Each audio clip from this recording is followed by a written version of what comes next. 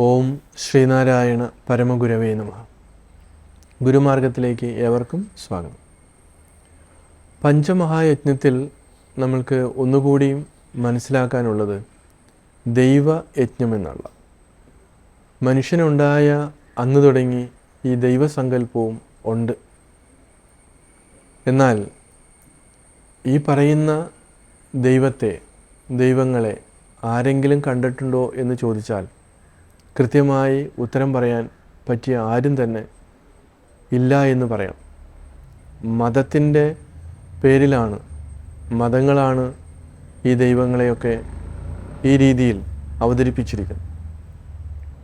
എന്തുകൊണ്ടാണ് ഇങ്ങനെ ദൈവത്തെ ഇങ്ങനൊരു സങ്കല്പത്തിൽ, ഒരു മനഃശാസ്ത്രപരമായ രീതിയിൽ അവതരിപ്പിക്കുവാൻ കാരണം? നമ്മൾ അത് ശ്രദ്ധിച്ചു പോകുമ്പോൾ, അതിനെ നമ്മൾ വിശകലനം ചെയ്യുമ്പോൾ,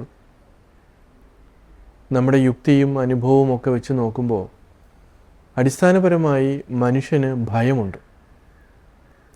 ഈ ഭയത്തെ അതിജീവിക്കുവാൻ വേണ്ടി അവൻ കണ്ടെത്തിയ ഒന്നാണ് ഈ ദൈവസങ്കല്പം.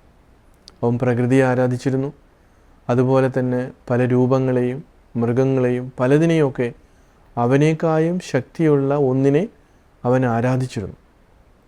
അത് ഈ മനുഷ്യരെവിടെയൊക്കെ ഉണ്ടോ അവിടെയൊക്കെ നമുക്കത് കാണാം. ഭാരതത്തിൽ കുറേ അധികം ദൈവങ്ങളുണ്ട് എന്ന് ഒരു ധാരണയുണ്ട്. അങ്ങനെ ഒരു സംഭവമില്ല. കാരണം ഏകം സത് വിപ്രാഹ ബഹുധാ വദന്തി. സത്യം ഒന്ന് മാത്രമേ ഉള്ളൂ, ചൈതന്യം ഒന്ന് മാത്രമേ ഉള്ളൂ. അതിന് പല രൂപത്തിലും ഭാവത്തിലും ആളുകൾ സങ്കല്പിച്ച് പൂജിക്കുന്നു എന്ന് മാത്രം. അപ്പോൾ ഇവിടെ ദൈവം എന്നുള്ളൊരു സങ്കല്പം ഗുരു പറയുമ്പോൾ, ദൈവയജ്ഞം എന്ന് പറയുമ്പോൾ മറ്റുള്ള ദേവതാരൂപങ്ങളെ ഉദ്ദേശിച്ചല്ല. നീ സത്യം, ജ്ഞാനം, ആനന്ദം, ഗുരു സാക്ഷാത്കരിച്ച ഗുരുവിൻ്റെ സങ്കല്പത്തിലുള്ള അല്ലെങ്കിൽ ഗുരുവിൻ്റെ അനുഭവത്തിലുള്ള ദൈവമെന്ന് പറയുന്നത് മൂന്ന് കാലത്തിലും മാറാതെ നിൽക്കുന്ന ചൈതന്യമാണ്. ഈ പ്രപഞ്ചത്തെ സൃഷ്ടിച്ച് പരിപാലിച്ച് സംഹരിച്ചു പോരുന്ന അദൃശ്യമായിട്ടുള്ള ആ ശക്തിവിശേഷം, അതിനെ ബ്രഹ്മമെന്ന് പറയും, പരമ്പൊരുളെന്ന് പറയും, ദൈവമെന്ന് പറയും, പല രൂപത്തിലാണ്. അപ്പോൾ ഈ ദൈവത്തെ, ഈ ശരിയായിട്ടുള്ള ചൈതന്യത്തെ നമ്മൾ തിരിച്ചറിയുക എന്നുള്ളതാണ് ഇവിടുത്തെ യജ്ഞം. അത് നമ്മുടെ ഉള്ളിൽ കുടികൊള്ളുന്നത് തന്നെയാണ്. നമ്മുടെ ഉള്ളിലും പുറത്തും എല്ലാത്തിലും കുടികൊള്ളുന്നതാണ്. പക്ഷേ അത് നമുക്ക് തിരിച്ചറിയാൻ പറ്റുന്നില്ല എന്നുള്ളത് ആണ് നമ്മുടെ പോരായ്മ. അപ്പോൾ ഗുരുവിൻ്റെ കൃതികളിലൂടെ ഒക്കെ പറയാൻ ശ്രമിക്കുന്നത് ഈ ഒരു ചൈതന്യത്തെക്കുറിച്ചാണ്, ഈ ദൈവത്തെക്കുറിച്ചാണ്. തീർച്ചയായിട്ടും ഇത് നമ്മൾ തിരിച്ചറിയുമ്പോഴാണ് ആ ഒരു ശുദ്ധീകരണ പ്രക്രിയ നടക്കുന്നത്. അങ്ങനെ നമുക്ക് മറ്റുള്ള എല്ലാ ഭേദചിന്തകളും, വിവിധങ്ങളായിട്ടുള്ള ആ ദൈവസങ്കല്പങ്ങളൊക്കെ പോയി ഒരേ ഒരു തലത്തിലേക്ക് നമുക്ക് എത്തിപ്പെടാൻ സാധിക്കുമെന്നുള്ളതാണ്. തീർച്ചയായും ദൈവയജ്ഞമെന്ന് നമ്മളോട് ഗുരു പറയുമ്പോൾ അതിനെ വളച്ചൊടിക്കുക എന്നുള്ളതല്ല. ഒരുപക്ഷെ പലരും ചോദിക്കാം, ശ്രീനാരായണ ഗുരുദേവൻ ഒരുപാട് ദൈവങ്ങളെ പ്രതിഷ്ഠിച്ചിട്ടുണ്ടല്ലോ, ശിവനും ഗണപതിയും ദേവിയും സുബ്രഹ്മണ്യനും ഒക്കെ ഇങ്ങനെ വിവിധങ്ങളായിട്ടുള്ള രീതിയിൽ പ്രതിഷ്ഠിച്ചിട്ടുണ്ടല്ലോ. ശരിയാണ്.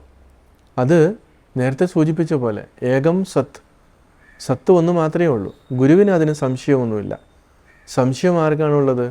സാധാരണ ജനങ്ങൾക്കാണ്, ഭക്തന്മാർക്കാണ്, അറിവില്ലാത്തവർക്കാണ്.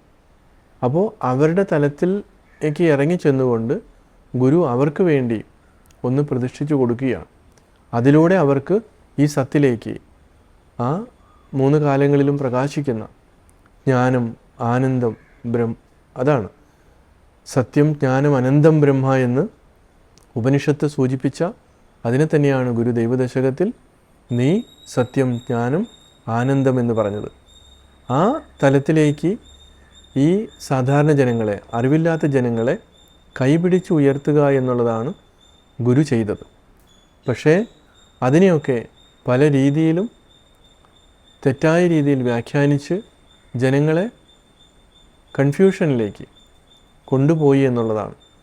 അതുകൊണ്ട് ശ്രീനാരായണ ഗുരുദേവൻ മാനവരാശിക്ക് നൽകിയിട്ടുള്ള സന്ദേശങ്ങൾ, അതിന് വ്യക്തമായിട്ടുള്ള ആ ഒരു കാഴ്ചപ്പാട് ഗുരുവിനുണ്ട്. അത് സാങ്കല്പികമല്ല, അത് യാഥാർത്ഥ്യമാണ്.